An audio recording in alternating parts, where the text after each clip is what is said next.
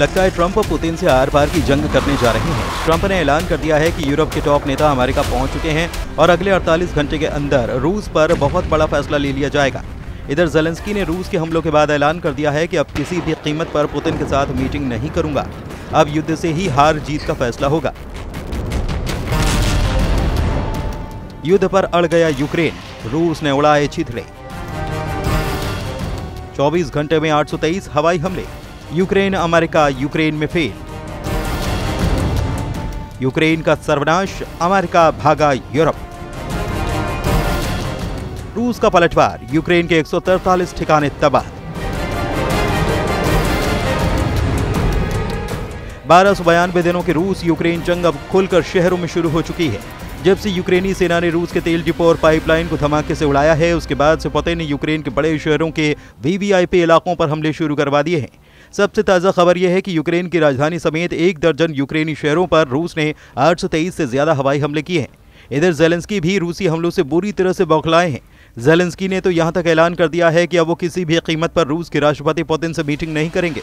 इधर अमेरिका के राष्ट्रपति डोनाल्ड ट्रंप ने दावा किया है कि रूस पर नए और बड़े प्रतिबंध लगाएंगे। ट्रंप ने यह भी खुलासा कर दिया है कि 8 सितंबर और 9 सितंबर को यूरोप के टॉप लीडर अमेरिका में आकर तय करेंगे कि रूस को यूक्रेन से कैसे बचाया जाए, पुतिन से कैसे निपटा जाए। 27% से ज्यादा यूक्रेनी इलाका रूसी सेना के कब्जे में आ चुका है। पूर्वी यूक्रेन का डॉनबास इलाका 90% रूसी कंट्रोल में जा चुका है।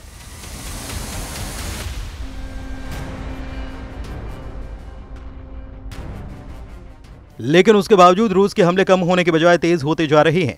खुद पुतिन ने 1 हफ्ते पहले मीडिया के सामने दो टूक कहा था कि रूसी सेना तेजी से यूक्रेन के इलाकों पर कब्जा कर रही है और रूसी सेना की लगभग हर यूनिट सफलतापूर्वक यूक्रेन में अपने लक्ष्य हासिल कर रही है। इस बयान के बाद से अब तक रूस ने यूक्रेन पर 3000 से ज्यादा हवाई हमले किए, जिसमें क्रूज, बैलिस्टिक मिसाइल और बहुत बड़ी संख्या में ड्रोन हमले शामिल हैं। पिछले 24 घंटे में यूक्रेन की राजधानी कीव समेत कई शहरों पर रूस के इतने तीखे और प्रचंड हमले हुए हैं कि ज़ेलेंस्की भी खौफनाक तस्वीरें देखकर बौखला गए हैं। यूक्रेन की वायुसेना ने कहा है कि रूस ने हमले के दौरान 810 ड्रोन और 13 मिसाइलें दागी, जिससे कि ज़ापोरिज़िया, क्रीवी री और ओडेशा शहरों के साथ साथ सूमी और चेर्निहिव क्षेत्रों समेत पूरे देश में नुकसान हुआ है। यूक्रेनी अधिकारियों के अनुसार कई और रूसी हमलों में ज़ापोरिज़िया क्षेत्र में 3, डोनेत्स्क में 2, खार्किव में 1 66 साल की महिला मारी गई है। रूसी रक्षा मंत्रालय के दावों के मुताबिक उनकी सेना ने 24 घंटे में 210 यूक्रेनी ड्रोन और 3 हवाई बम मार गिराए हैं। रूसी मीडिया TASS का दावा है कि रूसी सेना ने यूक्रेन के निप्रोपेट्रस क्षेत्र में खोरोशे बस्ती पर कब्जा कर लिया है। खुद यूक्रेन के राष्ट्रपति ज़ेलेंस्की ने सोशल मीडिया पर एक पोस्ट में लिखा है कि रूस ने सितंबर के पहले 5 दिनों में यूक्रेन पर 1300 से ज्यादा ड्रोन, लगभग 900 बम और अलग अलग तरह की लगभग 50 मिसाइलें दागी हैं। राष्ट्रपति ज़ेलेंस्की का दावा है कि रूस के हमले यूक्रेन के 14 इलाकों पर हुए हैं। ज़ेलेंस्की ने दावा किया है कि रूस युद्ध को लंबा खींचने की कोशिश कर रहा है और कूटनीति को एक तमाशा बनाने की भी कोशिश की जा रही है। रूस के रक्षा मंत्रालय ने यह भी दावा किया है कि उसने यूक्रेन के चेर्निहिव इलाके में भीषण मिसाइल हमला किया।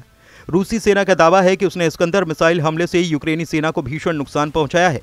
रूसी सैनिकों ने यूक्रेन के दक्षिण पूर्वी दिप्रोपेट्रोव्स्क इलाके के नोवोसेल्विका गांव पर भी कब्जा कर लिया है। यूक्रेनी सैन्य कमांडर ने रूस के तेज होते हवाई हमलों को लेकर चिंता जताई है और पश्चिमा देशों से ज्यादा बेहतर एयर डिफेंस देने की मांग की है।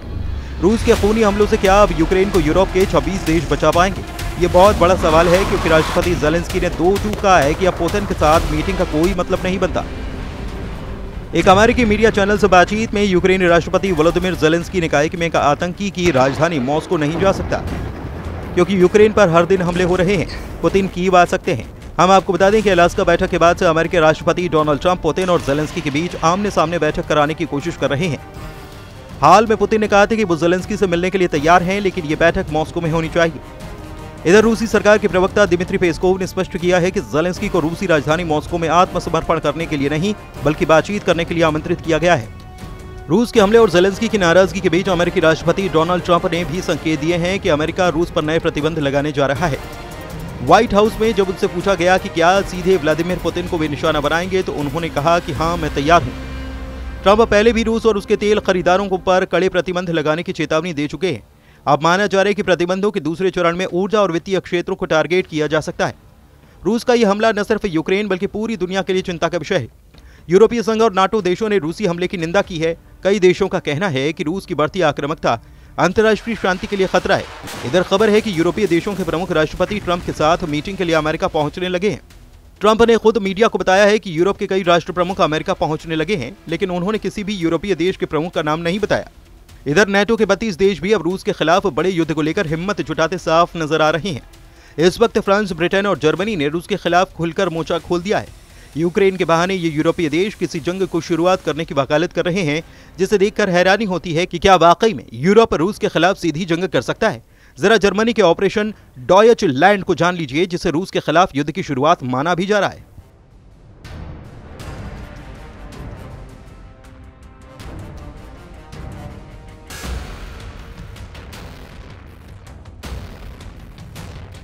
जर्मनी ने ऑपरेशन डॉयचलैंड नाम से 1000 पन्नों का दस्तावेज तैयार किया है, जिसमें सुरक्षित स्थानों, बंकरों और नेटो सैनिकों और वाहनों की तैनाती का पूरा खाका दिया गया है।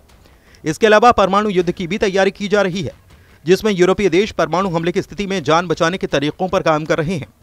दस्तावेजों से पता चला है कि जुलाई में ब्रिटेन और फ्रांस के बीच एक समझौता हुआ है, जिसके तहत विश्व युद्ध तृतीय की स्थिति में दोनों देश अपने हमलों को एक साथ कोऑर्डिनेट करेंगे। ये तैयारियां साबित करती हैं कि यूरोप में संभावित बड़े युद्ध की तैयारियों का स्तर कितना ज्यादा गंभीर है। एक्सपर्ट्स का कहना है कि फ्रांस की ये तैयारी न सिर्फ होने वाली जंग की तैयारियों को दिखा रहा है, बल्कि तीसरे विश्व युद्ध की शुरुआत का गंभीर संकेत भी है। इधर रूस के राष्ट्रपति व्लादिमीर पुतिन ने अब एक बार फिर से यूक्रेन को चेतावनी दी है। उन्होंने कहा है कि अगर समझदारी दिखाई जाए तो युद्ध को बातचीत के जरिए रोका जा सकता है। पुतिन ने कहा कि वे यूक्रेन युद्ध को खत्म करना चाहते हैं और ये उनकी प्राथमिकता से एक है। रॉयटर्स के मुताबिक पुतिन ने कहा है कि अमेरिका इस युद्ध को समाप्त करने के लिए ईमानदारी से कोशिश करता नजर आ रहा है। अगर समझदारी के साथ काम किया जाए तो युद्ध रोका जा सकता है, यही मेरा अनुमान है। खासकर जब हम ट्रंप प्रशासन का रुख देखते हैं तो लगता है कि वो वास्तव में समाधान चाहते हैं। अगर नहीं तो हमें अपने सभी उद्देश्यों को हथियारों की ताकत से पूरा करना होगा। इधर रूस ने यूक्रेन के पूरे डॉनबास के 90% इलाके पर कब्जे का दावा किया है। ट्रंप के सामने भी पुतिन ने 15 अगस्त 2025 को कहा था कि अगर यूक्रेन के 4 बड़े इलाके रूस को यूक्रेन सौंप दे तो रूस सीज फायर के लिए तैयार हो सकता है। लेकिन ज़ेलेंस्की ने 2 टूक कहा था कि यूक्रेन की जमीन रूस को गिफ्ट में नहीं दी जाएगी। यूक्रेनी सेना भी चुन चुनकर रूस की तेल रिफाइनरी में भयंकर हमले कर रही है। तेल रिफाइनरियों से उठता हुआ धुआं साफ है कि यूक्रेन, अमेरिका और नेटो चाहते हैं कि अगर रूस के तेल रिफाइनरियों को तबाह कर दिया जाए तो रूस लाखों बैरल तेल रूस निर्यात नहीं कर पाएगा और जंग रोकने के लिए मजबूर हो जाएगा। रूस पर यूक्रेन के ताज़ा हमलों से साफ पता चलता है कि यूक्रेन लंबी जंग के लिए खुद को तैयार कर रहा है।